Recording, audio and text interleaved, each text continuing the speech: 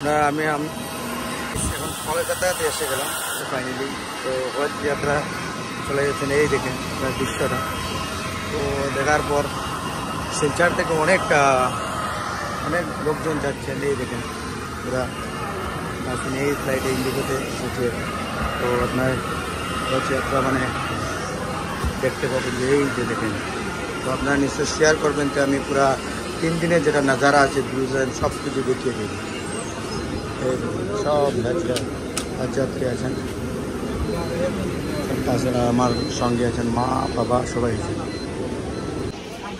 এই দেখেন আমাদের শিলচরবাসীদের সবাই এখানে ফ্লাইট।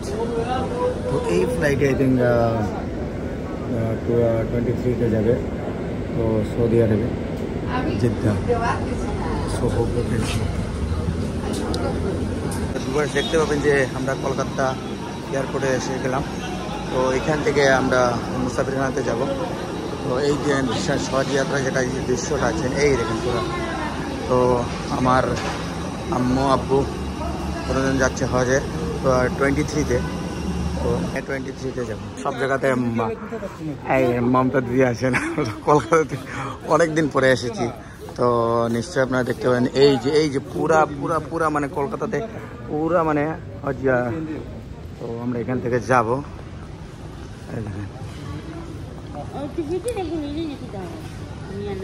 সবাই মুসাফিরখানাতে যাবেন, সবাই এয়ারপোর্ট থেকে। তো আমরা এখানে লাগেজটা নিয়ে যাব। আপনারা নিশ্চয়ই শেয়ার করবেন, সব আপডেট পাবেন, একুরেট সব মানে হজ যাত্রা যেটা আপডেট আছে সব কিছু এখানে পেয়ে যাবেন। তো এই দেখেন অনেক পুরা এই দেখেন। মা যখন করতে বেরিয়েছে আমি এখন লাগছে যে মা অনেক অ্যাক্টিভ আছে। তো so we can see my mother is so active, so lovely. এই মম কখন আসবে, আব্বা কই? এই দেখেন সবাই ওয়েটিং করছেন। ও দিস ইজ আওয়ার সবার।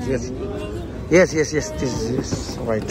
So hey ভাই this is another back left no. So আমরা এখানে মদিনাতে উলচা যাব। তো এই দেখেন, তো আমরা এখন যাচ্ছি। ও তো এখান থেকে একটা ট্যাক্সি ধরবো। ও হোয়াট এ গরম, বাপরে বাপ।